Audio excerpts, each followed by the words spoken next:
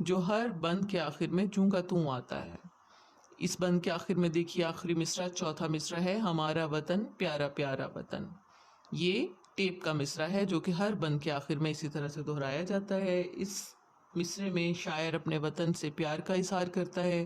وہ کہتا ہے کہ یہ وطن پیارا ہے، یہ خوبصورت وطن ہے، ہمارا وطن۔ وہ اپنی پوری قوم کی طرف سے، اپنی پوری قوم کے بہاف پہ اس سے محبت کا اظہار کر رہا ہے اور اس سے اپنے پیار کا اظہار کر رہا ہے۔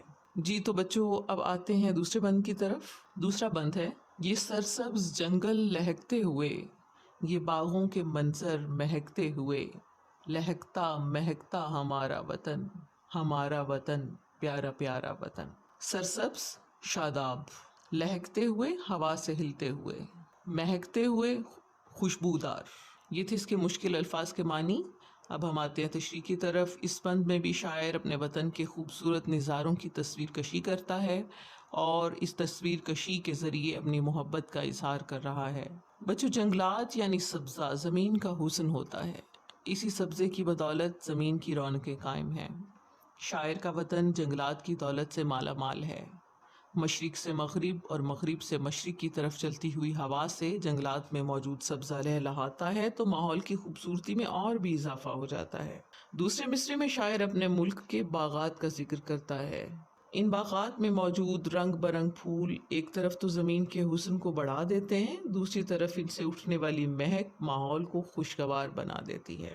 اس حوالے سے ایک بند یاد آ رہا ہے، یہاں میں کوٹ کروں گی، حوالے کے طور پر نوٹ کر لیجئے۔ تیرے چمن زاروں پہ ہے گلزار جنت کا گماں، ہر شاخ پھولوں کی چڑی، ہر نخل طوبہ ہے یہاں۔ یہ 4 مصروں پر مشتمل بند تھا اور اس کے شاعر کا نام عرش ملی ثانی ہے۔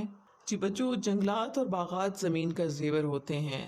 سبزہ جہاں آنکھوں کو ٹھنڈک اور دل کو سکون بخشتا ہے، وہاں انسانی طبیعت اور مزاج کو معتدل اور خوشگوار رکھنے میں بھی اہم کردار ادا کرتا ہے۔ یعنی اچھے موسم کے انسان کے مزاج پر بھی اچھے اثرات پڑتے ہیں۔ قدرت نے شاعر کے وطن کو اس نعمت سے خوب مالا مال کیا ہے، یعنی قدرتی حسن جوبن پر ہوتا ہے، اس ملک میں عروج پر ہوتا ہے۔ یہاں جنگلات اور باغات کثیر تعداد میں پائے جاتے ہیں۔ یوں معلوم ہوتا ہے گویا وطن کا ہر حصہ لہک اور مہک رہا ہے۔ ہوا کے دوش پر سفر کرتی ہوئی خوشبوئیں پورے وطن کو معطر کیے رکھتی ہیں، یعنی باغات میں موجود پھولوں سے اٹھنے والی خوشبوئیں ہوا کے زور سے پورے ملک میں پھیلتی ہیں اور پورے ملک کو خوشبودار بنا دیتی ہیں۔ آخر میں شاعر ٹیپ کا مصرع دہراتے ہوئے وطن سے پیار کا اظہار کرتا ہے۔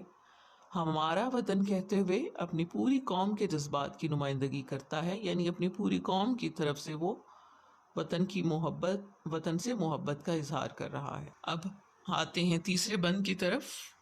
بہاریں ہیں باغوں میں چھائی ہوئی، بہاریں ہیں باغوں میں چھائی ہوئی، گھٹائیں ہیں کیا رنگ لائی ہوئی، خوشی سے ہے بھرپور سارا وطن، ہمارا وطن پیارا پیارا وطن۔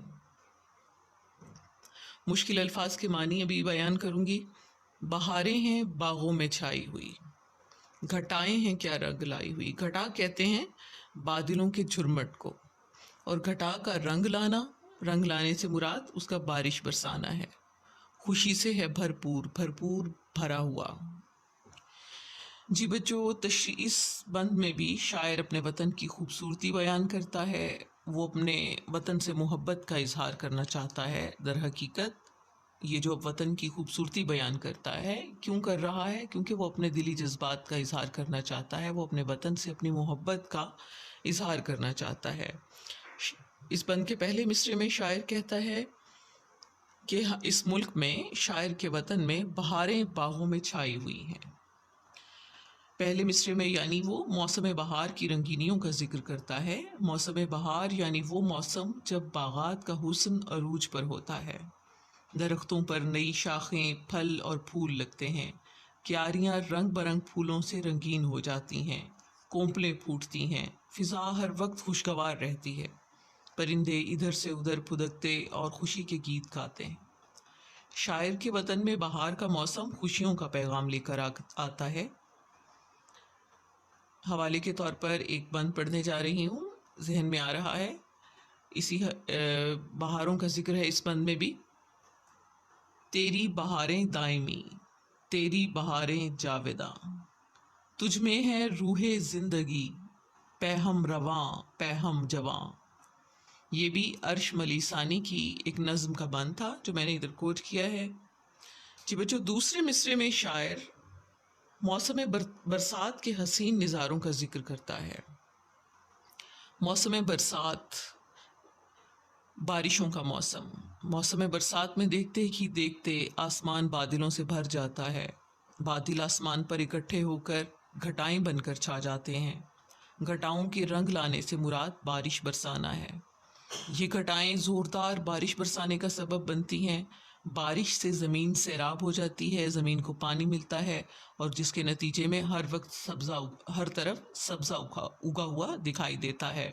زمین پر ہر جگہ سبزہ ہی سبزہ نظر آتا ہے، گویا زمین پر رنگ ہی رنگ بکھر جاتے ہیں. فرش زمرد سبزے کی مخمل، حوالے کا شعر ہے یہ، نوٹ کر لیجئے. پہلا مصرع ہے فرش زمرد سبزے کی مخمل، برسات سے ہے جنگل میں منگل.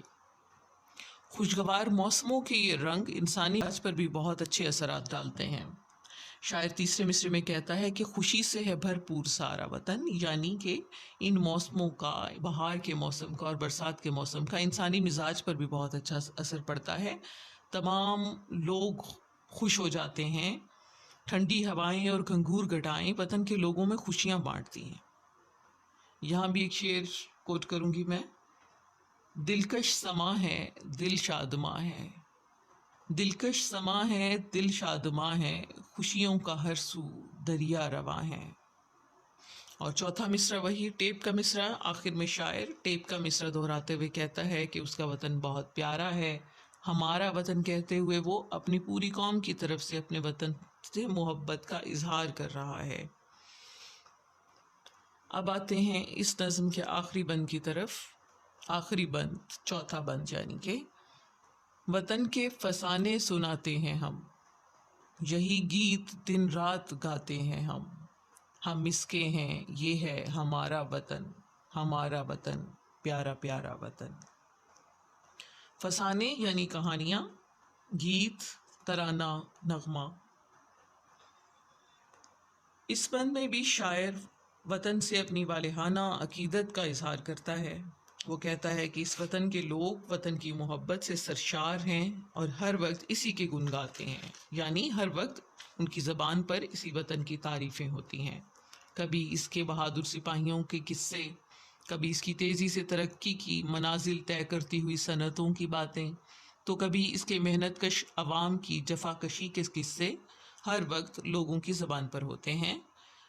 لوگوں کے ہونٹوں کو یہی اس کی صفات سجائے رکھتی ہیں، یعنی وطن کی محبت اہل وطن کو سرشار کیے رکھتی ہے. کبھی نغمہ بن کر، کبھی گیت بن کر، تو کبھی نظم بن کر وہ ہر وقت اپنے وطن کی صفات بیان کرتے رہتے ہیں، اس کی تعریفیں کرتے ہیں. انسان جس سے محبت کرتا ہے اسے اس کی ہر بات دنیا سے نرالی لگتی ہے. اس وطن کے لوگ بھی اپنے وطن کو بے انتہا چاہتے ہیں، لیکن محبت محض زبانی دعووں اور گیتوں کا نام نہیں ہے، بلکہ محبت ایثار اور قربانی چاہتی ہے.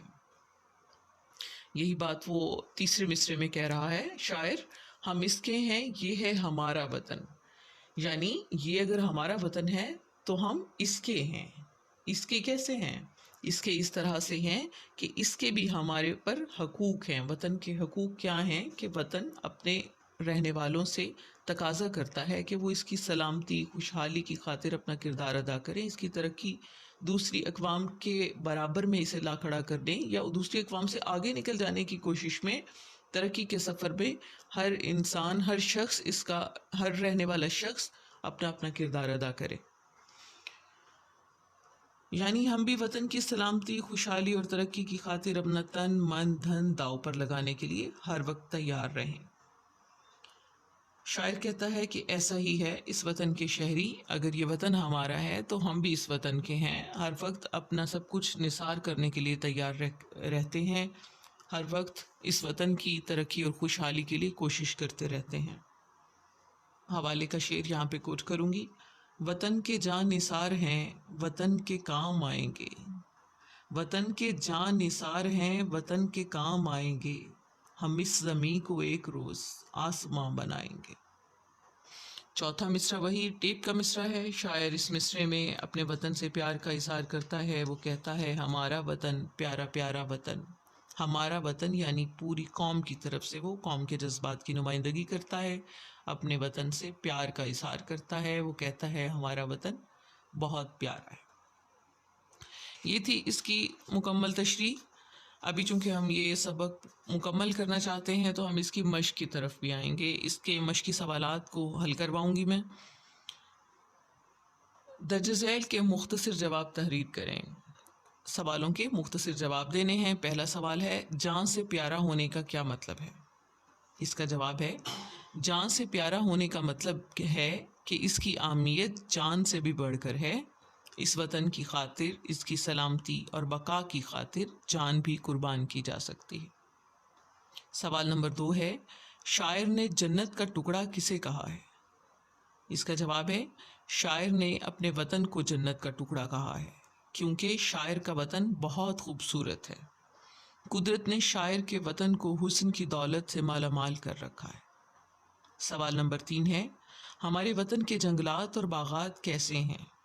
اس کا جواب ہے ہمارے وطن کے جنگلات نہایت سرسبز اور لہلہاتے ہوئے ہیں۔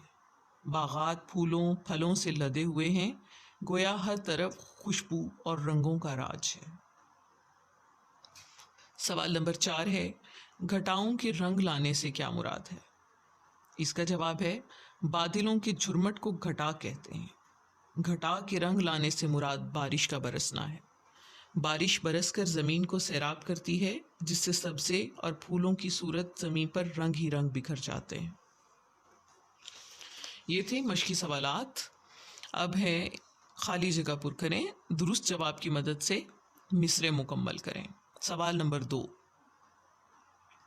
پہلا ہے نہ ہو کیوں ہمیں ڈیش سے پیارا وطن۔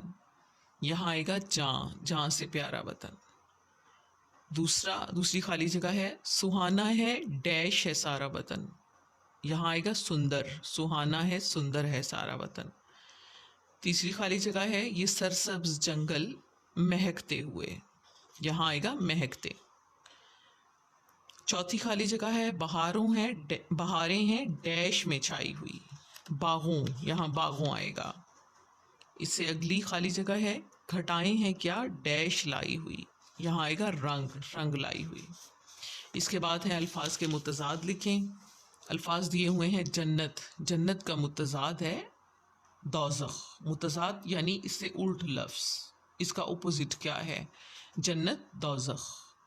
فسانہ حقیقت۔ بہار کا متضاد کیا ہے؟ خزاں۔ خوشی کا متضاد غم، دن کا متضاد رات۔ اس کے آگے ہے کالم ملائیں۔ یہ بچوں آپ خود بھی کر سکتے ہیں، بہت آسان سا سوال ہے۔ مصرے ساتھ ملانے ہیں۔ جیسے پہلا ہے نہ ہو کیوں ہمیں جان سے پیارا وطن، تو نظم کے مطابق اس سے اگلا مصرع تھا ہے جنت کا ٹکڑا ہمارا وطن۔ پھر اس سے اگلے والا دیکھیے یہ سرسبز جنگل لہکتے ہوئے۔ اس کے بعد آگے کیا آتا ہے؟ یہ باغوں کے منظر مہکتے ہوئے۔ پھر تیسرا دیکھیے بہاریں ہیں باغوں میں چھائی ہوئی۔ اس کے سامنے آئے گا گھٹائیں ہیں کیا رنگ لائی ہوئی۔